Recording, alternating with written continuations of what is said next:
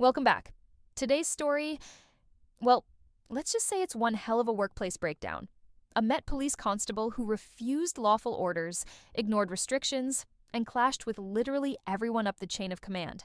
And this wasn't a one-time thing. No. It turned into a long, messy standoff. Wild, right? Very. Are we talking the good kind of refusal? Like, stand up to injustice type? Or was it more like, I was told to get coffee and now I'm filing a grievance?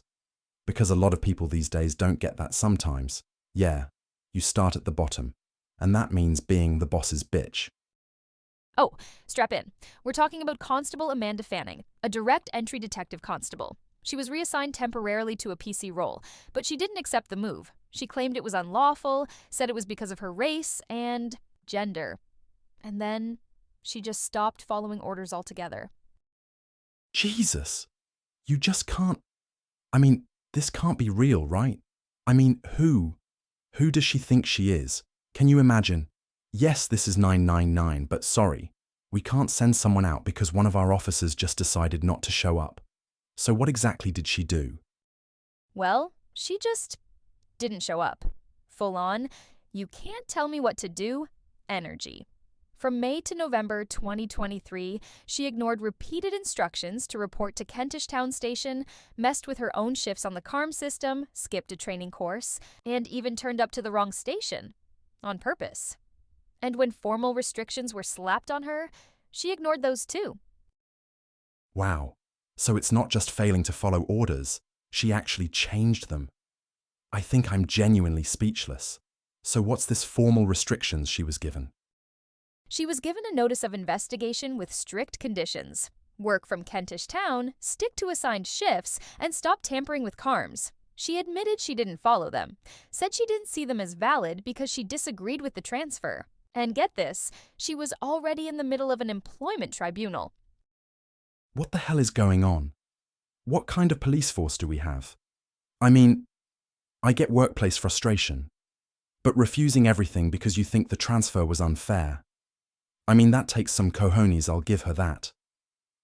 Can you imagine going to your boss and being like, I disagree, so I'm not turning up? And it didn't stop there. In October, she was ordered to attend a public order deployment, training she was already qualified for. She refused again, said she wasn't eligible due to her role. Then emailed the planning team, accusing them of racism and prejudice, claiming she was being misrepresented on purpose. Oh my God. You could probably turn this video into a drinking game. You just take a shot every time I've referenced religion out of shock. Okay, so now we're adding insubordination, inflammatory emails, and misuse of internal systems. You can just tell she's one of these. People who think the world revolves around them.